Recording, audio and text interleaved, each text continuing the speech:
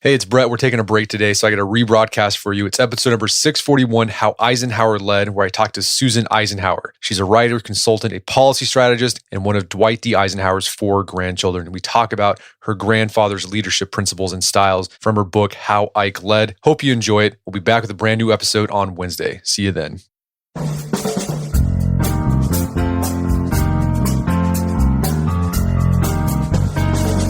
Brett McKay here, and welcome to another edition of the Art of Manliness podcast. From guiding the Allies to victory in World War II as Supreme Commander, to steering the ship of state for 8 years as one of the country's least partisan and most popular presidents, few leaders in history have had to make as varied and consequential decisions as Dwight D. Eisenhower. My guest today possesses insights into how he made the many choices he was faced with in his military and political careers that are gleaned not only from studying Ike's life, but from personally knowing the man beneath the mantle. Her name is Susan Eisenhower, and she's a writer, consultant, and policy strategist, one of Dwight's 4 grandchildren, and the author of the new book, How Ike Led, the principles behind Eisenhower's biggest decisions. Susan and I begin our conversation with her relationship with Ike as both historic leader and ordinary grandfather, and why she decided to write a book about his leadership style. We then delve into the principles of his leadership, beginning with his decision to greenlight the D-Day invasion, what it reveals about his ironclad commitment to taking responsibility, and how that commitment allowed him to be such an effective delegator. From there, Susan explains how a love of studying history born in Ike's boyhood allowed him to take a big-picture approach to strategy, how he used a desk drawer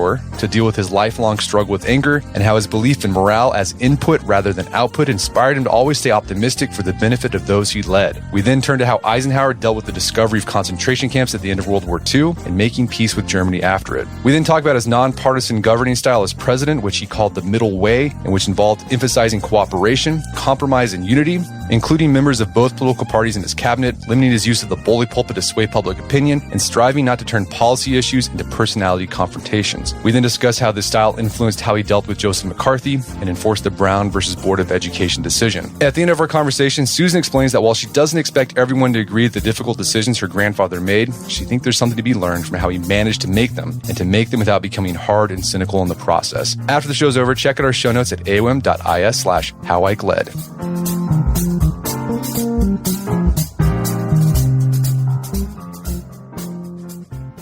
All right, Susan Eisenhower, welcome to the show. Well, thank you. It's just great to be with you. So you've got a new book out, How Ike Led, the principle behind Eisenhower's biggest decisions. And you also happen to be one of Dwight Eisenhower's granddaughters. I'm curious, let's start off with this kind of the context. What was it like being Eisenhower's granddaughter? Like, how old were you when he was general and then president of the United States? Well, he was actually inaugurated in 1953. And so I was a toddler at the time. I was born on the last day of 1951, so I wasn't aware of too much for a while. And my father was in the Army as well. And he, of course, went to every Army post he could go to probably in many of those years. But back in around 1957, we moved back to Washington, D.C. for some of my father's assignments. And that's when I really got to know my grandparents really well. And were there moments when you were, like, was he just grandpa for you? Or did you have moments even as a kid where you realized that, Eisenhower was more than just grandpa? Well, it was a little hard to avoid the fact that he was more than grandpa because my siblings and I had Secret Service protection. So that didn't seem very normal. And to have big guys with big guns following you onto the playground isn't exactly normal. But I must say, in retrospect, I look back and I think it was really remarkable how normal a family life we had. And I think that's because there are 2 simple reasons for it. My father made sure that we didn't, quote unquote, start wearing the boss's stars, end quote. In other words, we were to understand that our grandfather was different and that this conferred nothing on us except a responsibility to be good kids. And then I think the other thing was we were taught to compartmentalize.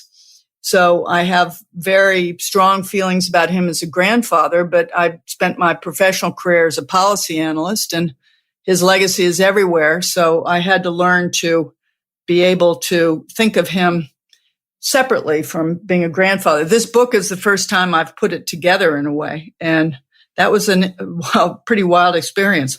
Well, what did you think? Why write this book now? What was it that got you thinking, I need to write? Because you've written a biography of your grandmother, Eisenhower's wife. What made you decide to go in and write a biography of Eisenhower, particularly how he's led? Well, first of all, we had the anniversary of the end of World War II in this year. And then in September, the Eisenhower Memorial in Washington, D.C. is going to be unveiled, dedicated. And then I also thought that, we're in a very highly contentious political time. And I thought it was important for rising generations and for people who don't know Dwight Eisenhower very well to learn something about him in an easy way. But I don't think you have to know a huge amount about the period to be able to understand that there were indeed principles behind the way Eisenhower looked at different situations.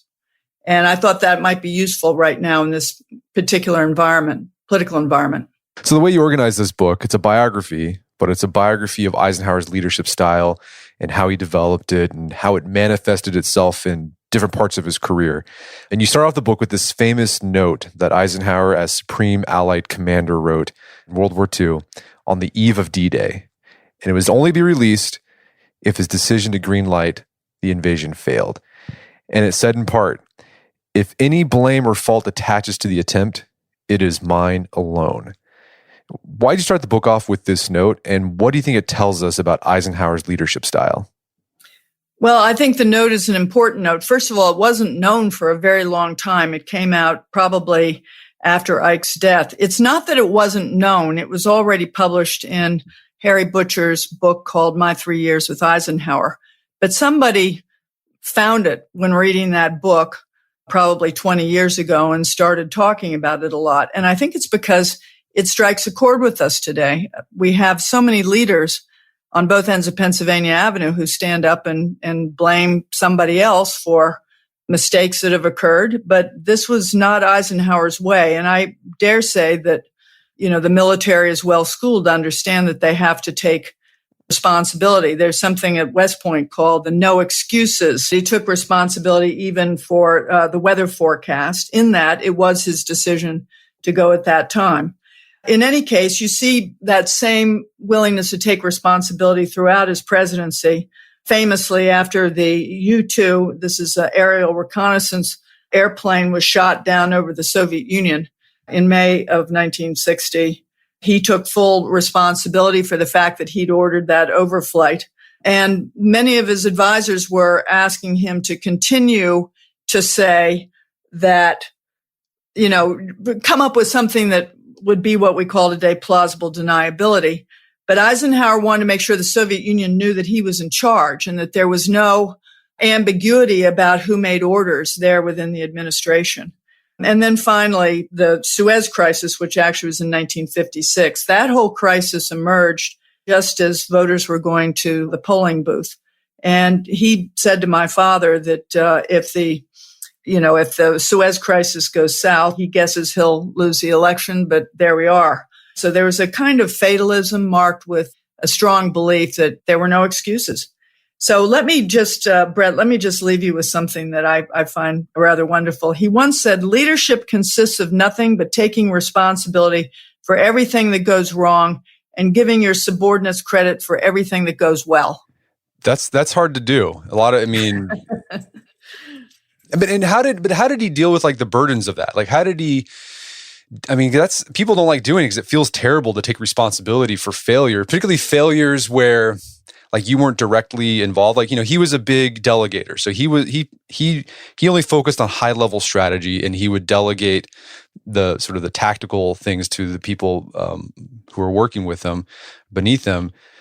So how did he deal with taking responsibility for stuff that he might not have had any direct influence on? Well, you can't mobilize those you delegate to if they don't feel like the leader has their back.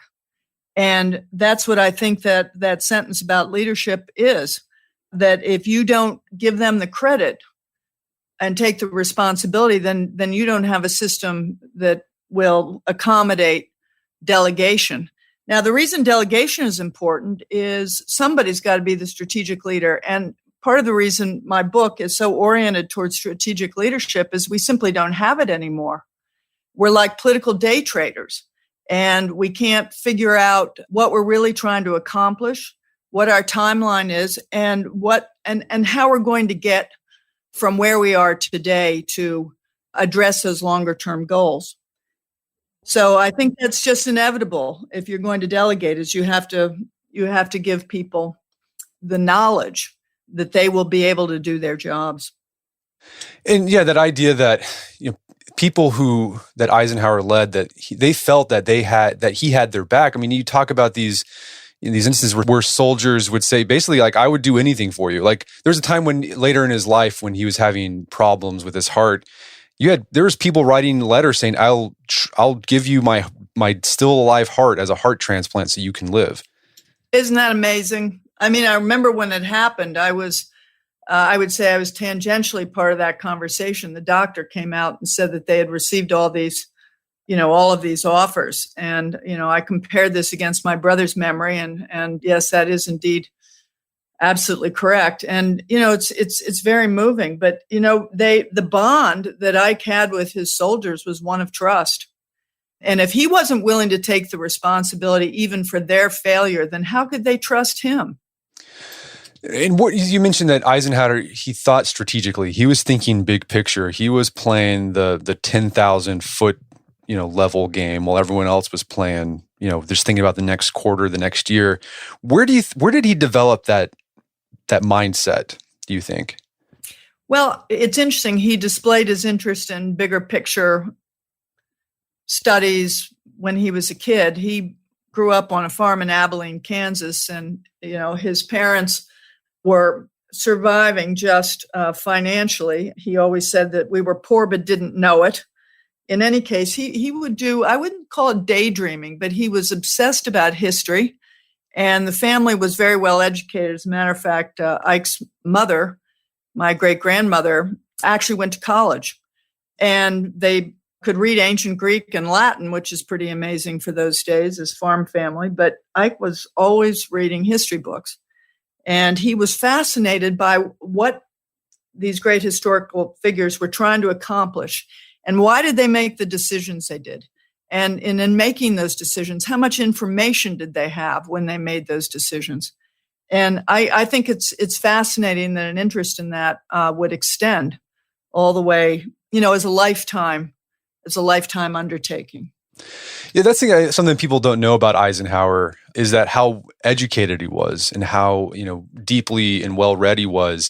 And there was moments where you talk about where he would, like when he was president of Columbia, he just surprised people with just lectures about, military history going all the way back to Alexander the Great. And professors were just baffled because they just thought of Eisenhower as just this army guy who, smiled and waved and that was it. Well, what's interesting about this, and this is the reason I felt it was pretty important to include the leadership traits he developed during the war and to take that into the presidency, because the biographers tend to fall into two categories, the presidential biographers of Eisenhower and the wartime biographers of Eisenhower. And then there are some books that try to put it all together. But again, if it's done chronologically, they end up being very, very big books. But I do think that there's a consistency about the way he thinks and about the way he approaches issues. So I think the Eisenhower who is general and the Eisenhower as president are one and the same person, which is why as a kid I could never understand why people said he was a do-nothing president and he didn't know, that he, was not on top of things when this was the guy who ended Nazism for the Western Alliance. I just could never figure that out, even as a kid. Right. Well, so going back to sort of the popular image we have of Eisenhower, sort of this, especially as president, this sunny, friendly, grandfatherly character who played golf, and we'll talk about what he was actually doing as president when people that's all he was doing. But you mentioned that you talk about throughout the book, he grappled with inner struggles, particularly anger. Ever since he was a boy, what was his anger like? Was it like short? Like, did he just have a short temper? Did he just dwell on things, get resentful? What was that like? Well, it's interesting. As a kid, he really did have a temper, and he admitted that he would have occasional meltdowns and then be disciplined by his father and counseled by his mother. I think part of it was, if you ever read the full set of his diaries and also his letters to Mamie Eisenhower, his wife, my grandmother, you will see there a very, very passionate nature. And as a kid, he felt the sense of injustice very strongly, but he had a very passionate nature. And so he had to learn how to control what I'd call his inner landscape, his inner resources. And his mother really made the case after one particularly frightening experience where he had, as we call it, a meltdown because his two older brothers were allowed to go out and trick or treat and he wasn't. And she really talked him very quietly about what this was doing to him. And it wasn't hurting anybody else, it was hurting him. And he always remembered that. And so he started developing tricks. And some of the tricks were actually rather sophisticated, and I like them. I use them myself sometimes. He would, for instance, keep a diary. Now that's very important. He was a diarist his whole life. So he blew off steam on the written page. In addition to being a diarist, he would write whatever it was that was bothering him on a piece of paper. Then he'd crumple up the piece of paper and he'd throw it away. So this was actually a rather artful way of getting the anger inside out and on a piece of paper. Then it suddenly becomes depersonalized. And I think it's a very smart idea. I do have to laugh about it, though, because he did this during the White House years, and then he'd throw these crumpled up pieces of paper into a lower drawer in his desk. And it was the responsibility of his secretary to go in and clean out the crumpled up pieces of paper. I swear she had to have a security clearance in order to be able to do that, because she more than anybody knew who he was upset with that day.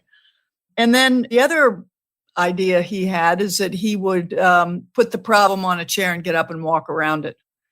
But as you can see, there is a theme here, which is getting this anger out of you inside, and depersonalizing it. So I think a lot of people, would benefit from knowing that there was a very powerful person who found these tools useful. Besides anger, did he ever get discouraged or get depressed? I mean, there's a lot of things during his career he could get discouraged or depressed about during the war and later on in his presidency. Well, I don't think he'd be a human being if he hadn't been depressed and concerned at times, but he thought that morale was an input, not an output. In other words, people have to feel good about things and have a sense of morale in going into any challenge, and not just the result of being victorious. And I think this is really true. Pessimism at the top is very infectious. So who wants to go into battle with somebody who doesn't have confidence in the mission? So he made it, as he said in his diaries, a lifelong commitment to try and stay optimistic in front of everybody else all the time. So during this dire moment during the Battle of the Bulge during World War II, when the Germans have finally managed to launch what looked like it was a successful offensive, Eisenhower comes into the room and says to his commanders, there will be no long faces in this room. He says, do you realize what the Germans have just done? They've given us an opening. For the first time, they're showing us their faces. So let's go. That sort of twist on the thing that worried everybody most, turns out to be the thing that inspires confidence, if the commander has it. Took a lot of personal discipline, Brett. I really have to say that I'm full of admiration for that, because I struggle as a professional myself all the time and try very hard to show this optimism, but it isn't always so easy. Yeah, and something he noted as well, besides being optimistic, Eisenhower was very adamant about leaders, if they have personal problems, personal issues, they got to take care of that privately. And that's kind of counter to what you see today, where it's like, if you have a problem, just show it, like emote it, express it, and see people. You put it out there on social media. That wouldn't be what Eisenhower would have done. Absolutely not. It's called too much information, and I think what it's done is somebody's making it everybody else's problem too, and that would be counter to personal responsibility. You've got, as I say, you've got to keep your own landscape in good order.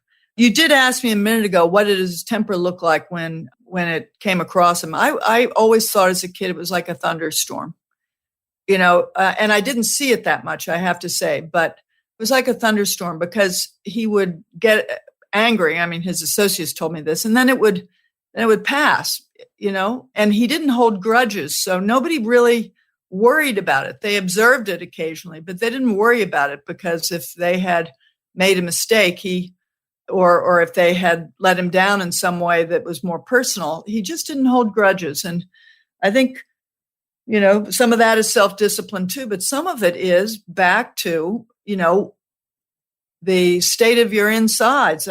Is it toxic in there? Are you allowing all this negative energy to build up? Or are you finding another way to deal with it so that you can move on? And one thing that you stress throughout the book, an important part of Eisenhower's leadership style, yes, he was a big picture strategist and he's able to see and play the long game.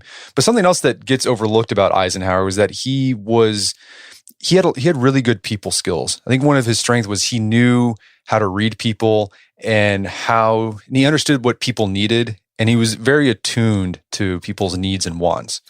Well, I think that is, and I think he got that trait from his mother, who was an extremely empathetic person. I mean, she was very religious. As a matter of fact, few people realize that he grew up in a pacifist household. She had been born and raised just after the Civil War in Virginia, and saw the horrors of that war and made a determination that she was never going to support war of any kind. So she was very empathetic. And I would say that the wonderful thing he had from his childhood is that he had a mother who was empathetic and focused on cooperation and optimism. And he had a father who took care of the discipline end of things.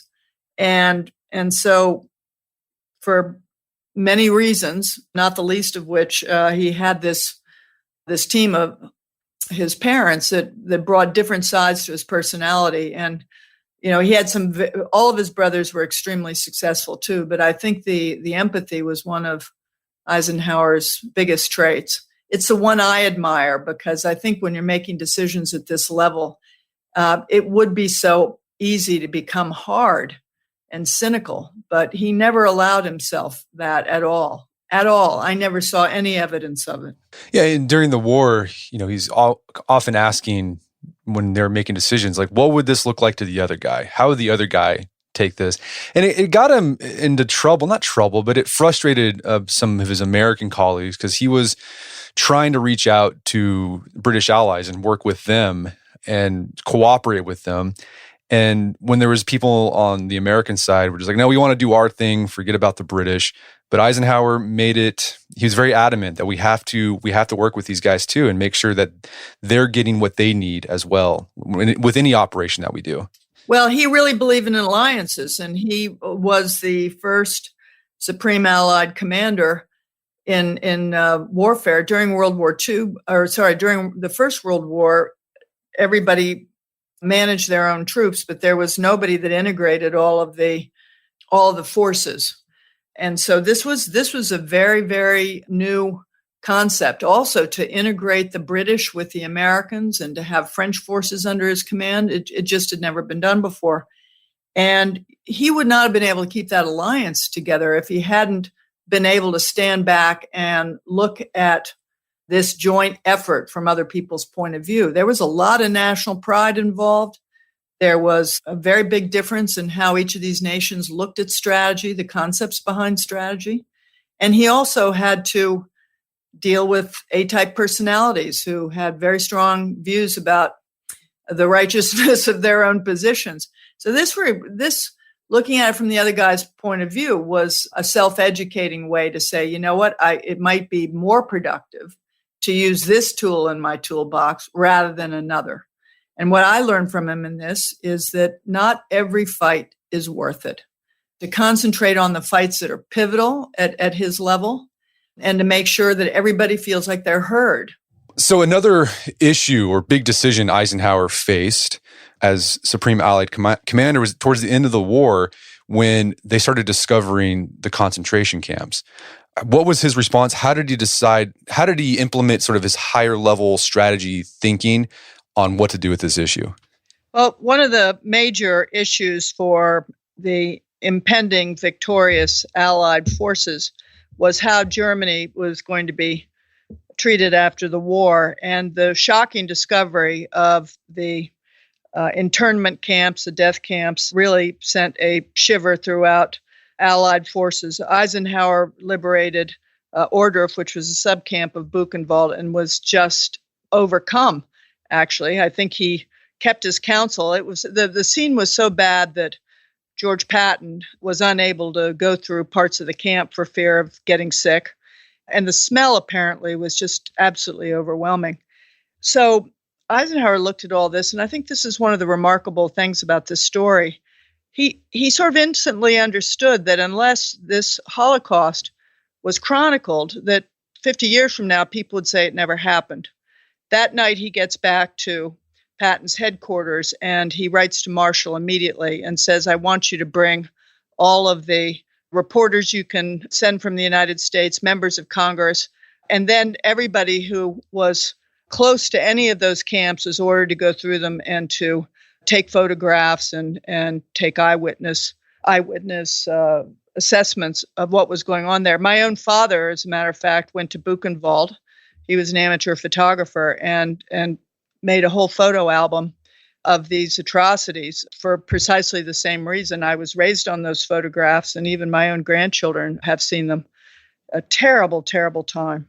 And what was interesting too is Eisenhower made sure that the German people, like in the villages that were nearby these camps, he made them come and look at it and see what was going on underneath their noses. Well, he more than had them come look at it. He made them give the victims of the Holocaust a dignified burial. And I think it was deeply, deeply shattering for many people who turned a blind eye to what was going on.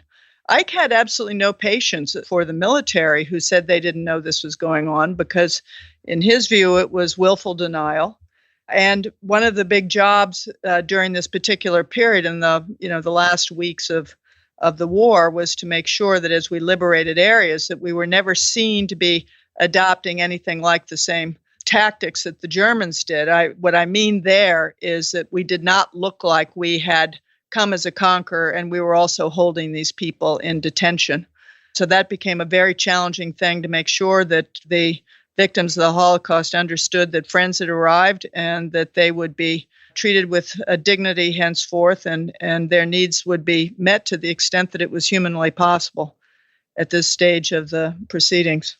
And along with this was a thing that he had to balance as well. Is that the one hand he wanted to hold accountable the German people for what happened in their country, but at the same time, Eisenhower had this thing, he wanted to move on. He thought, he was thinking, he was very future oriented. So how did he do that? How did he hold people accountable at the same time, like, not holding this grudge on them permanently forever where they could never move on and go on to better things? Well, there was sort of a multifaceted way of looking at this. War criminals had to be held accountable. Those who said that they didn't know, but had every prospect of knowing given where they were located, they too were dealt with in a certain way. The German population itself not only was forced to give a dignified burial to those who died, but in many cases, their housing was requisitioned for victims of the Holocaust to live there for a time. And then finally, I guess the United States Army put together a video of these atrocities and made many, many Germans see this film. I mean, they had to understand what they did or what was done in their names in order to begin that period of renewal. Then after that, of course, it was probably higher policy as well to assure that former Nazis were not running the new government in Germany at any level. And then, of course, the big work of establishing NATO and eventually bringing West Germany into NATO in 1955 is another threshold moment. I would just say here, Brett, which is really amazing and symbolic, but on exactly the 10th anniversary of the Germans' unconditional surrender, the Eisenhower administration, Dwight Eisenhower himself, brought West Germany into NATO.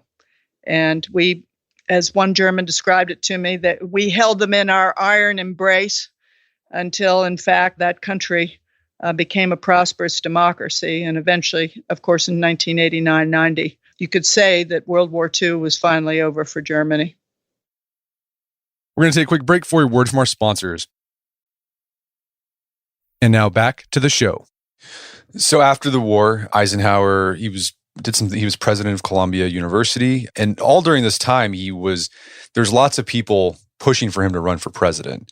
And he kept on telling them, no, I don't want that job. Leave me alone. Quit asking me. What finally pushed him over the edge and caused him to throw his hat into the ring and run for president? Well, I think it's pretty clear. Eisenhower was very worried about the fact that the country was still on war footing. By this time, we're in the middle of a war in Korea, and he did not believe in small wars. He didn't believe that it was in our national security interest to bleed ourselves dry in terms of human capital and also financial expense. And he went to Korea right after he became the president-elect to see what the situation was there, and eventually brought about the armistice in that summer. But that Korean War played a role in his decision to run for president, just as the deteriorating financial situation, a lot of labor unrest after the war. But I think probably the most important thing is it looked like there was a prospect that the Republicans might win the 1952 election, in that Harry Truman's popularity ratings were very low. And if that were to happen, the isolationist wing of the Republican Party would have come to power. I believe that we could never go back to the way it was between the First War and the Second War. And so I think if Robert Taft, who was the key senator, Mr. quote-unquote, Mr. Republican, who was destined to get that nomination, if Robert Taft had agreed to support NATO and America's internationalist role in the world, Ike probably would not have run. He certainly had other plans for himself after the war. But Robert Taft refused to support NATO. He had no liking for the United Nations at all. He was against a lot of foreign aid and other things that Eisenhower thought were crucial.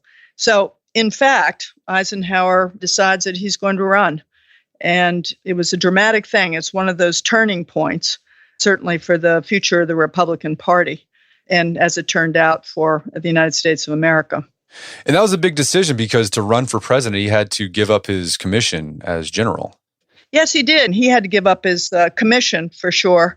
And his longtime valet from World War II, who was still with him, reacted to the general's news that he had given up his commission. And since he might or might not win the presidency, his valet was free to find another job. And the valet, wonderful man named John Money, said to his boss, he said, "You know, we've been together for a long time, and if you don't win the election, I think the two of us can probably find a job somewhere else." Sergeant Money, a wonderful, wonderful man, was the only African American, or the first African American, to be a pallbearer at a president's funeral. And he and his family he's long gone, but his family are still close to mine. So Eisenhower gets elected president, and he ran on the Republican ticket, won on with the Republican Party, but it didn't seem like he was much of a partisan. How would you describe his governing style as president of the United States? Well, Brett, I think you could argue that Eisenhower was the most nonpartisan president since George Washington, or one of the other military leaders, perhaps. He's certainly more nonpartisan than Ulysses S. Grant. But I think the key here is that he had his difficulties with the Republican Party in the first term. And in the second term, he had some difficulty with the Democrats. So in a way, you could argue that he crafted his middle way pretty effectively because both sides, or I should say the extreme wings of both parties, felt quite skeptical about his governance. He had an enormous popularity rating, though, during his two terms. He averaging mid to high 60s for his two terms in office. Part of it was, I think, how he organized the White House. And he organized it in some ways very much like he organized the war effort. He surrounded himself by diverse viewpoints, and he wanted pushback. He thought that was the way he could understand the the complexity and the dimensions of any particular issue. He would have a cabinet meeting once a week, and all cabinet members had to come to those meetings fully briefed on whatever the topic was, even if it was outside of their own agency. And he would referee the debates and make sure that he understood all the viewpoints. He had not only, conservative Republicans in his cabinet, but also all the way through the spectrum to Democrats, a couple of Democrats. And after he heard this vigorous debate, then he would go into his office and make a decision. After that, there would be a special unit at the White House that was there to implement the decisions and to make sure everybody followed, the decisions that the president had made.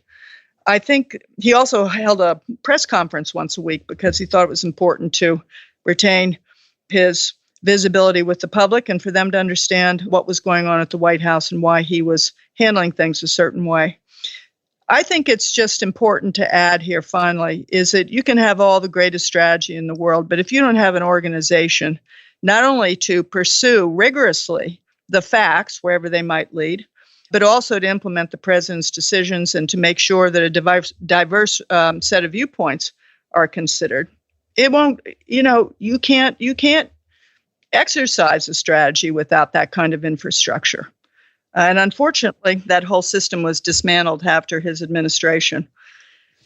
Yeah, I mean, this is a sort of, you've seen a continuation of his leadership style that he developed as a general. He was only concerning himself with the high level strategic thinking, and then he made sure that there was an organization in place beneath that to take care and make sure everything else, that the strategy gets put into action. That's right. And of course, delegation plays a huge role in that. He was almost a genius at figuring out how much leeway people could be given. In other words, which individuals struggled a little bit more to think about how to tackle an issue and the rest of it. And those who he knew were brilliant and could carry on with the administration's viewpoint in mind. So, and I think another key, of course, to delegation is to protect, to have the back of the people you've delegated to. Yeah, we talked about that earlier. He did that in the military. He took responsibility for the failures, and he let exactly right. Quite rightly too. Yeah. Well, and so another interesting thing about the office of the President of the United States, I don't think a lot of people understand or realize, is that the President of the United States has two roles. First, he's a politician, like he's there to implement policy or to execute policy. But on the other hand, he's also a figurehead for the entire country. Like in other countries, like say in England, like the Queen is the figurehead, and then you have the Prime Minister who's doing the dirty politics, right? But in the president, those things are in one, and there can be sometimes there's contradictory. They contradict each other. Eisenhower somehow was able to resolve those conflicting roles in the presidency. How do you think he did that? Well, first of all, actually, I would say there are probably three different roles. One would be head of state, one would be head of the executive branch, and the other would be head of your political party. And it's been very hard for some presidents to reconcile these contradictory roles. Eisenhower believed that unity of purpose, or to unite the country behind a set of policies, is what he called the middle way. And to do that, he had to serve as the figure that could bring everybody together. He was not, though, disconnected from his role as chief executive or as head of his party. But he didn't display that as much as other presidents had, because he thought that would be at cross purposes with the larger goal of uniting the country. As today we see presidents who are largely parties, or those that combine that with being a chief executive. But this idea of being the uniter, at least in the public perception, is not something that we've seen too much of since his era.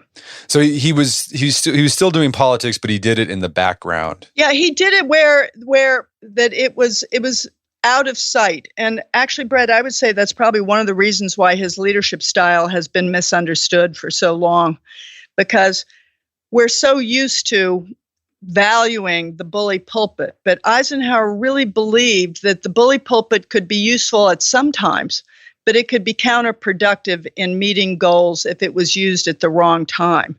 So he developed an idea about not singling out personalities, not turning issues into personality confrontations, because this way it'd be very, very hard not only to unite the country, but secondly, of course, to get that person ever to cooperate with you or his allies. Today, we see that we've become so tribalized that this exchange of insults only hardens the bases of these political parties, and that's something that Ike wanted to avoid. In any case, this was his strategy. Maybe I'm not going to say it was unique to him, but it certainly was out of sight for many people. And so we still see today many people who analyze his presidency and think that he wasn't involved in issues that he was deeply involved in, just in a behind-the-scenes way. Well, speaking of this idea that he had about just dealing with people and governing, this idea of never dealing with personalities, he had to deal with this in his first term because in his own party, there's a guy, Joseph McCarthy, who was stirring up trouble, accusing people of communism. And Eisenhower had to deal with it because it was causing problems within his own party and preventing him to get stuff done. But as you said, he didn't go after McCarthy directly. He did this sort of kind of behind the scenes thing to manage him.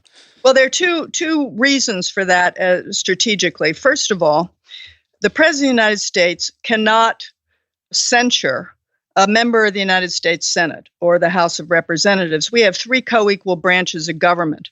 So it would not be analogous to comparisons that are made with any of our leaders today who one side or the other thinks is using demagogic arguments, because as a co-equal branch of government, which was the Senate, only the Senate could censure Joseph McCarthy. And actually, the Senate supported Joseph McCarthy.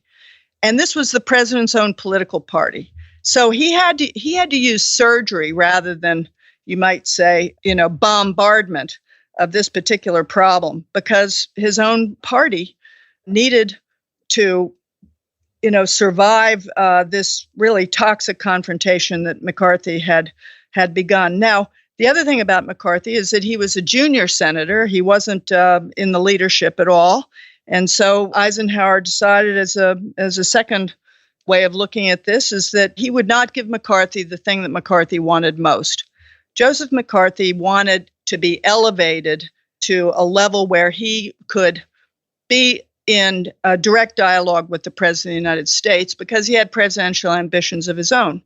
And Ike said, I'm going to deprive this guy of the one thing he wants most, which is to engage the office of the presidency in an unworthy debate about, these many fallacious accusations that McCarthy made.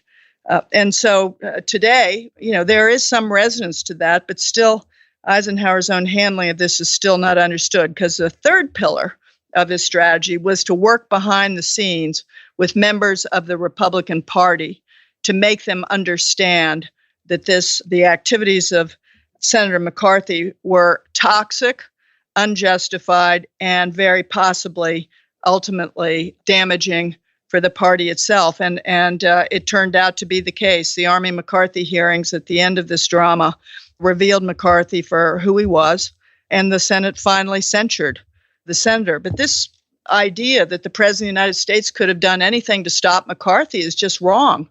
It was up to the Senate colleagues, and Eisenhower worked very adroitly behind the scenes to help them understand that they had to take measures. And I imagine this took a lot of, all throughout his presidency, he was very principled in this middle way in his style of governing. And I'm sure he was getting pressured all the time, saying, you need to confront McCarthy directly. You need to, hit the bully pulpit and say that, but he had to resist that pressure all throughout his presidency. He was under enormous pressure. He was under pressure from people in his administration. He was under pressure from family members. He was under pressure from everybody. But he understood he did not have the power or the authority to censure Senator McCarthy. What he had to do is create the conditions so that Senator McCarthy's own colleagues would do it. And it took longer than I know he liked, but that's just the reality of our constitutional government. In the meantime, he managed to preserve the integrity of the presidency itself by not, quote unquote, getting down into the gutter with that guy and allowing McCarthy to set the rhetorical agenda. Ike used the bully pulpit all right. He just never mentioned Senator McCarthy. He was out giving speeches he'd say, you can't fight communism by destroying America, or only Americans can hurt America. He really believed that we had a choice about whether or not we were going to allow this kind of unwarranted accusations to occur. In the meantime, of course, he also had an internal security system, as Truman had, to actually, make proper investigations. But certainly the McCarthy effort was over the top and out of bounds. So another big issue he faced as president was the Brown versus Board of Education decision from the Supreme Court. And, as the head of the executive branch, his job is to enforce decisions made by the Supreme Court. But this was an issue that was fraught with a lot of, it was just a really highly contentious issue. How did Eisenhower handle enforcing the Brown versus Board of Education decision? I think if there's one thing about some of the scholarship, not all of it, that's out there today that distresses me, it is simply some people interpreting what Eisenhower meant by some very forceful words. I don't know why there's any question about it, but repeatedly, from the campaign through the first State of the Union address and on, Eisenhower said that his strategy was to desegregate everything that the federal government controlled, which he pretty much accomplished by the end of his 8 years. Let's remember that Brown versus Board of Education was a measure that came before the Supreme Court that called for the desegregation of schools. But by this time, Dwight Eisenhower, because he controlled the District of Columbia, had already desegregated Washington, D.C. schools and actually the District of Columbia itself. So this idea that he would do what he could control is what a good strategist would say. This is what I can accomplish in 8 years. A change in the hearts and minds of the public in general is going to be a very, very tough row to hoe, and it's going to take time. Now, with respect to Brown versus Board of Education, it was his Supreme Court appointee as chairman, that would be Earl Warren, who was the one who produced that result in the Supreme Court, and Eisenhower had absolutely no problem enforcing a Supreme Court decision that he agreed with. I'd like to single out David Nichols' wonderful book called A Matter of Justice, which was really a turning point in the understanding of Eisenhower's policy on civil rights. Let's not also forget that he was the first president since Reconstruction to achieve passing a civil rights bill in 1957. And another thing that was really controversial that he did is he sent in the 101st Airborne.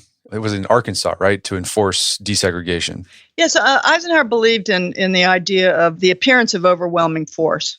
That particular decision to send the 101st Airborne came after Governor Faubus refused to enforce Brown versus Board of Education. The president gave Faubus a chance to do the right thing after a meeting, and when Faubus didn't do the right thing and stepped back from assurances he made the president at that meeting, the 101st Airborne was called into action. What they did was to help escort and protect 9 African-American students as they made their way to Central High School for the beginning of the school year.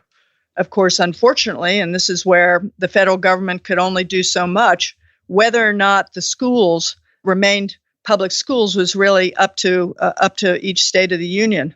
So unfortunately, the following year, the state took it upon themselves to cancel classes, and it was. We're still having this struggle, as we know. We do have everything desegregated, but we're still having this terrible struggle. But it is worth noting that Eisenhower used federal forces to protect the African American youngsters who were being harassed and threatened by a white mob. But again, he got criticized because people felt he was just overstepping his bounds. It was, tyranny. But at the same time, he was also getting criticized. He got criticized throughout his presidency that he didn't do enough for civil rights as well. And it's sort of like a theme that you see throughout his, even as a general, his career. Like he was really committed to this principled middle way, and he understood that it wasn't going to make everyone happy. Well, here's the thing about the middle way. In his mind, the middle way was the middle ground where people could come together from both sides and compose their differences and find compromises that would lead to progress. As it is now, we're in a winner and loser situation where we either get everything we want or we don't cooperate. And of course, that would have been an anathema to him, that progress is key.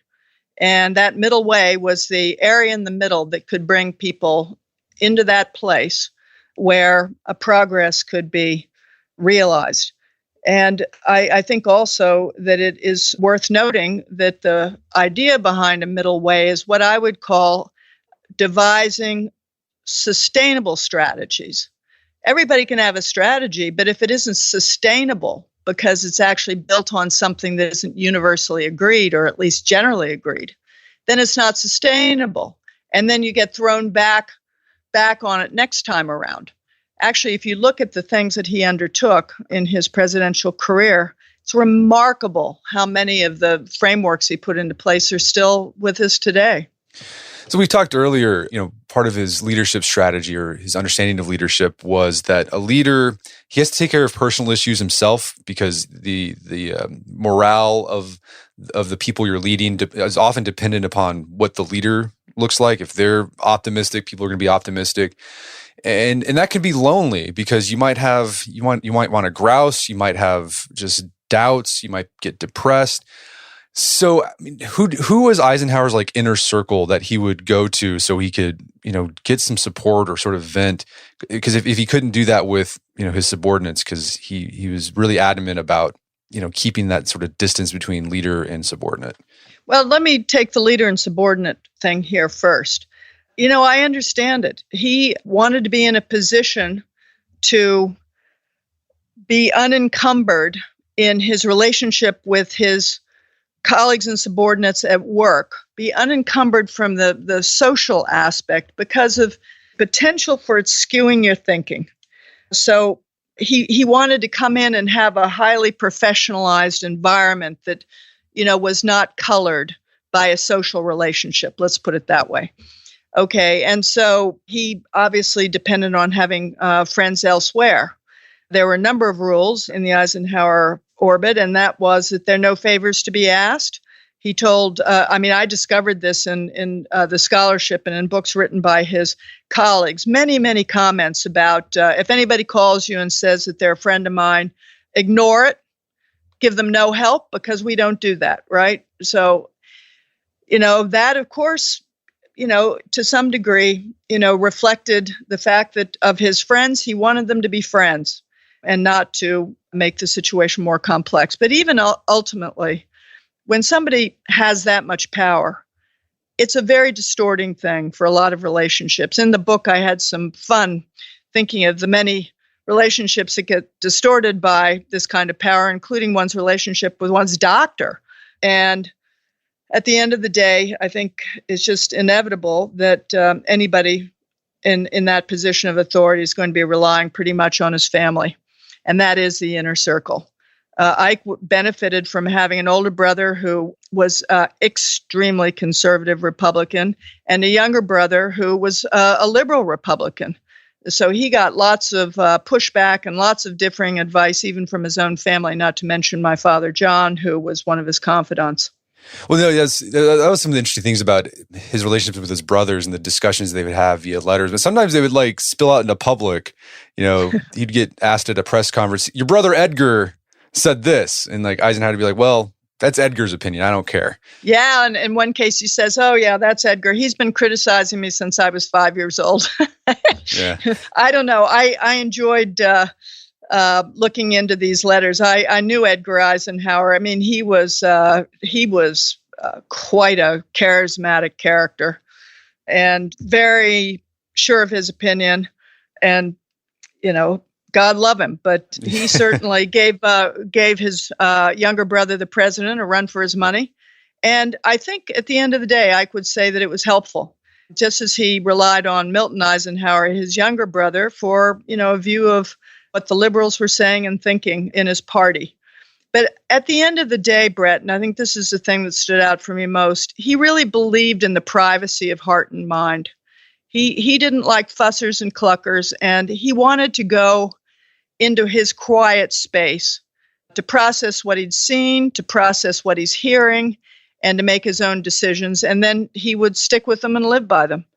And I think there's kind of a maturity that has always stayed with me. Yeah, he took up painting. That was one of the things he did when he was processing information. He'd go and paint a landscape. Well, it has been noted that his landscapes are very serene. As a matter of fact, I have a couple here that he gave me, and they look so calm. And of course, you know that what he was dealing with at the time wasn't calm at all. I have one painting from 1957. He was undoubtedly working on the deployment of the 101st Airborne Division to Little Rock and the aftermath of the launching of the Soviet Sputnik into space. And you would have no idea from looking at this landscape that that's what was on his mind. But, he's very absorbed by color. And like anything else, it's like people get this from playing golf or going out and engaging in athletics or sailing or something. By the time you get back, your brain's been somewhere else and you can think about things more clearly. So we talked about how Eisenhower was sort of aloof from people that he led, but at the same time, he was very interested in people. And you highlight these moments that people had with Eisenhower where you could see he was always thinking about people and their needs and their wants. And he'd just do little small, really thoughtful things that would just floor people because they weren't going to expect that from the president of the United States. Were there any moments like that really stood out to you? Yes, I'd just like to say one thing first is that I would use a different word than aloof, that he was not engaged socially. In other words, he didn't like to mix business and pleasure would be another way of saying that. Gotcha. Because it interferes with the way you think about an issue that needs clarity of thought because of the relationship. There are always complaints that people in government make their decisions based on the last person they've spoken to. Well, he wanted to avoid that kind of a trap. Now, with respect to, I think the thing, and I had an opportunity over the years to do a fair amount in the leadership and strategic leadership area. And character, of course, plays a huge role in any leader's capacity to build a bond of trust with those he's leading. And a huge part of that is how you treat those people. And in this respect, small gestures really matter. I outline in my book so many small things he did that let his men during the war know that that this wasn't about him. It was about us. Okay. And one of the ways he did that, rather ironically, is he never wore a helmet. I'd almost challenge anybody to find a picture of Ike with a helmet on because he didn't want to pretend he was out there on a day-to-day basis facing the same physical dangers they were, though sometimes he was in some physical danger. He passes up honors and awards that only go to GIs like the Congressional Medal of Honor, etc. But the gestures I like the most, or at least I witnessed and therefore was able to write about, were the gestures made to people who couldn't do anything for him. They couldn't vote for him. They couldn't recommend him to anybody of any importance. The small gestures he made to kids he'd never met before or GIs who, after the war, made his acquaintance. And it's moving to me because that's what the Army calls when no one was looking, right? What are people doing when no one is looking? And I think that benchmark is where you can begin to discuss what character really looks like. As you were researching and writing this book, was there anything new that you learned about your grandfather? Well, I'll tell you, Brett, I was raised to compartmentalize my grandfather's career from what I knew of him as a grandfather. I've already made that point on numerous occasions because I think it's important to know that I don't expect everyone to agree with his decisions. But I did want to bring something new to this book that I had, insight into, which is, how he handled things and how he thought about things. And so for the first time in my life, I really put it all together. I mean, what I knew of him with his policies. And there were times when I would read somebody's scholarship and they'd say, well, he did this because, and then I thought, well, no, that wasn't really it, because he used to say at the dinner table, ... right? So I think I'm not going to say I was surprised by this, but I guess I will always, for as long as I live, will always be in awe of how he handled the burden of this power and this and consequential leadership, and in the face of that, never became hard or cynical. I just saw no signs of it. And I not only, it's not just me. I mean, if you read the books of his associates, they were all sort of amazed that he could still be an optimistic, forward-thinking person after he'd been to some of the darkest places humankind has ever been. And I think part of the way he did that is that he believed in something bigger than himself. This wasn't about him. This was about our country, and it was about securing the peace for a world that had seen catastrophes beyond anything imaginable for today's generation. That is World War II. And as he once said about this higher cause, he says, a man just has to forget his fortunes. And he forgot his fortunes and was able to serve his country, I think, in certainly a genuine way, and in a way that was full of dedication and integrity. Well, Susan, this has been a great conversation. Where can people go to learn more about the book and your work? Well, I think probably my website. Apologies to everybody that it isn't more fulsome than it should be, but a lot of information about the book is on there. That's www.susaneisenhower.com. And I could be followed on Twitter, but I sometimes find myself simply speechless to know what I should be saying about the current situation. I look forward to engaging with anybody. And for those who are interested in a copy of the book, I can be reached through my website and would be happy to get a book plate in the mail. Fantastic. Well, Susan Eisenhower, thanks for your time. It's been a pleasure. Well, I just want to thank you, Brett, for this opportunity. And you've got a wonderful website there, and I just wish you the best of luck. Thank you so much. Take care.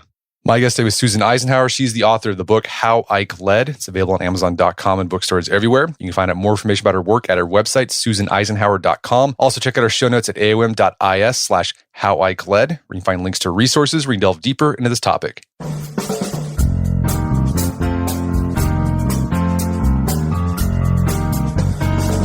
Well, that wraps up another edition of the AOM podcast. Check out our website at artofmanliness.com, where you can find our podcast archives, as well as thousands of articles we've written over the years, including a series about the leadership style of Dwight D. Eisenhower. And if you'd like to enjoy ad-free episodes of the AOM podcast, head over to StitcherPremium.com. Sign up, use code Manliness at checkout for a free month trial. Once you're signed up, download the Stitcher app on Android or iOS, and you can start enjoying ad-free episodes of the AOM podcast. And if you haven't done so already, I'd appreciate it if you take 1 minute to give us a review on Apple Podcasts or Stitcher. It helps out a lot. And if you've done that already, thank you. Please consider sharing the show with a friend or family member who you think would get something out of it. As always, thank you for the continued support. Until next time, this is Brett McKay, reminding you not only listen to the AOM podcast, but put what you've heard into action.